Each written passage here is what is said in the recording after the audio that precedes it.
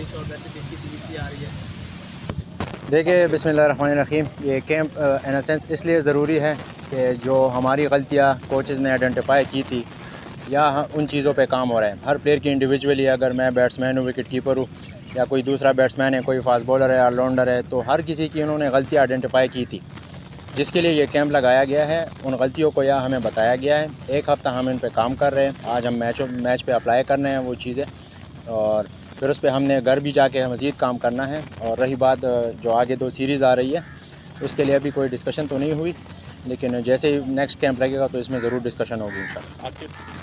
Haris mentor जो आपको थे सीएम उन्होंने जो स्टेटमेंट दी थी कि हारिस से सीएम अवेयरनेस की थी है। उसके बाद पीएसएल में बाबर आजम ने ये इंटरव्यू में कहा था कि हारिस को गेम अवेयरनेस पे काम तवज्जो दी थी। उसके हवाले से बताएं गेम अवेयरनेस पे आपने कितना काम किया। और दूसरा ये बता दें जो कैप्टनसी का साझा चाह रहा है, आपका नाम भी जो है वो फैंस ले रहे हैं, तो एज अ कैप्टन अगर आपको कैप्टनसी ऑफर की जाती है तो इस रोल को आप कैसे देखते हैं? सर, जहाँ तक रही बात, तो शुएब भाई से मेरी बिल्कुल उधर बात भी होती रही गेम अवेयरनेस पे, और उस चीज़ को मैं इम्प्रूव करने की कोशिश कर रहा हूँ। लेकिन some time situation different demand कर रही होती है। एक प्लेयर का होता है कि वो डिफरेंट खेल रहा होता है, दूसरे प्लेयर का डिफरेंट रोल होता है। अगर आप देखें तो इस PSL में सैम बेलिंग खेल रहा था लाहौर कलंदर से, और इमाद वसीम भाई ने एक फ़िल्डर लिया होता पॉइंट पे, उसने उसको 3 बॉलों पे 3 मुसलसल रिवर्स स्वीप दिया, हालांकि फ़िल्डर भी मौजूद था। तो इसका मतलब है कि उसमें गेम अवेयरनेस नहीं है? नहीं, ये चीज़ नहीं होती। आपको जिस प्लेयर का जो गेम है वो खेलनी होती है, लेकिन आपको उसी चीज़ में बेहतरी लानी है। बिल्कुल गेम अवेयरनेस की बात होती रहती है, मैं डिस्कस भी करता रहा हूँ सीनियर प्लेयर से भी, और इस पे मैं काम भी कर रहा हूँ। ऐसी नहीं है, लास्ट सीरीज़ में आपको नज़र भी आया होगा कि कितनी गेम अवेयरनेस है। ज़ाहिर सी बात है, कोशिश करते रहते हैं। रही बात कप्तानी की, तो मुझे कोई इंटरेस्ट नहीं है कप्तानी की। जी रामस।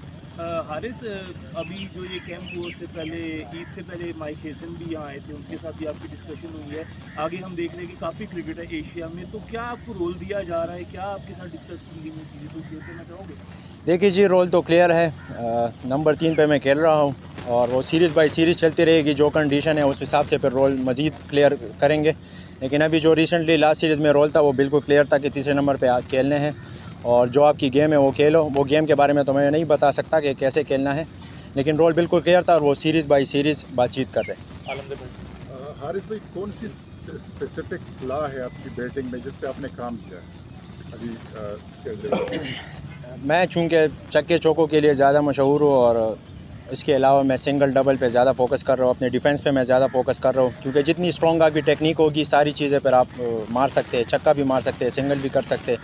जो मैंने बज़ाहिर कोशिश की, कोच से भी डिस्कस किया कि मैं ज़्यादातर नीचे जो मेरी क्रिकेट है उसको मैं इम्प्रूव करूँ। नहीं, डाउन द ग्राउंड शॉट्स हो गए, चौके उसमें हो गए, सिंगल डबल उसमें हो गए, उस पर मैंने ज़्यादा कोशिश की।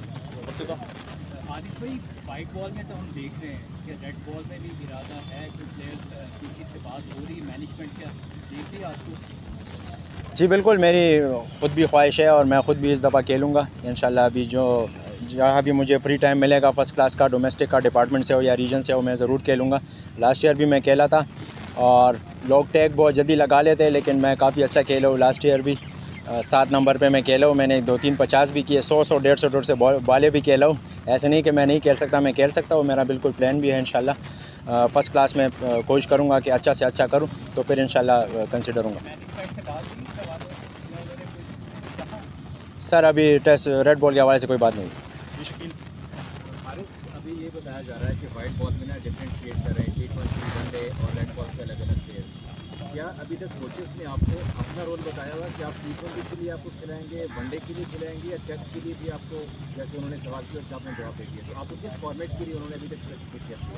सर, किसी फॉर्मेट के लिए भी स्पेसिफिक नहीं है, डिपेंड करता है कि रिक्वायरमेंट्स क्या है, कौन से फॉर्मेट में रिक्वायर्ड है, और कौन सी पोजीशन पे रिक्वायर्ड है, क्या चीज़ रिक्वायर्ड है, कौन सा कीपर रिक्वायर्ड है, तो उस हिसाब से फिर वो बाद में बताएंगे, लेकिन अभी कोई डिस्कशन नहीं है।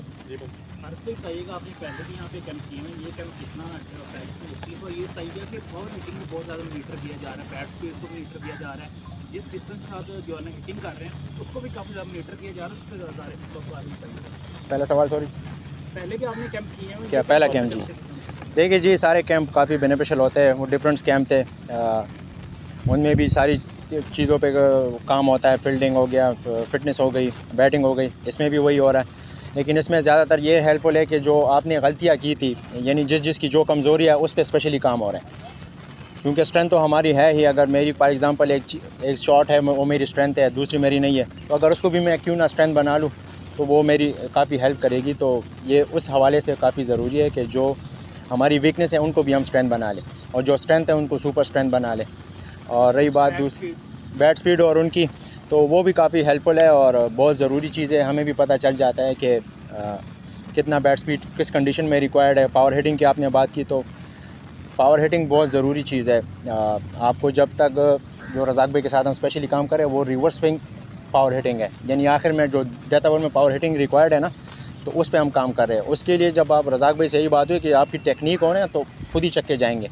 तो मेन चीज़ हमारा है कि हम टेक्निक पे काम करें। लास्ट क्वेश्चन यूसुफ भाई, हारिस साथ हमारे फीडबैक का हिस्सा बने हैं, आपका भी नाम पहचानना था, कितना मिस करते हैं बैक को और कितना अच्छा होगा ये कि हमारे के साथ मिलते हैं आप फ़ायदा बताते हैं। देखिए जी, बिग बैश बहुत बड़ा लीग है दुनिया का और इसमें जाने माने पहचाने प्लेयर खेल रहे होते हैं। जितने भी हमारे प्लेयर सेलेक्ट हुए उनको गुड लक। और आपने मेरा नाम लिया तो मेरा भी फोकस नेशनल ड्यूटीज़ पे है और जितना भी आगे रिक्वायरमेंट्स है पाकिस्तान टीम के लिए, मैं उसके लिए इंशाल्लाह अच्छा परफॉर्म करने की कोशिश करूँगा। और अपॉर्चुनिटीज़ मिलती रहती है लीग्स की, जहाँ भी अपॉर्चुनिटी मिलेगी। अगर पाकिस्तान को यानी उस टाइम कोई सीरीज़ ना हुई या कैंप ना हुआ तो मैं ज़रूर जाऊँगा। अगर मुल्क की कोई सीरीज़ हुई या सम टाइम फुल अवेलेबिलिटी भी नहीं होती, ये इशू भी आता है, जहाँ मैं फुल अवेलेबल हुआ तो तब मैं खेलूँगा। बहुत शुक्रिया, थैंक यू जी। माइक तो नहीं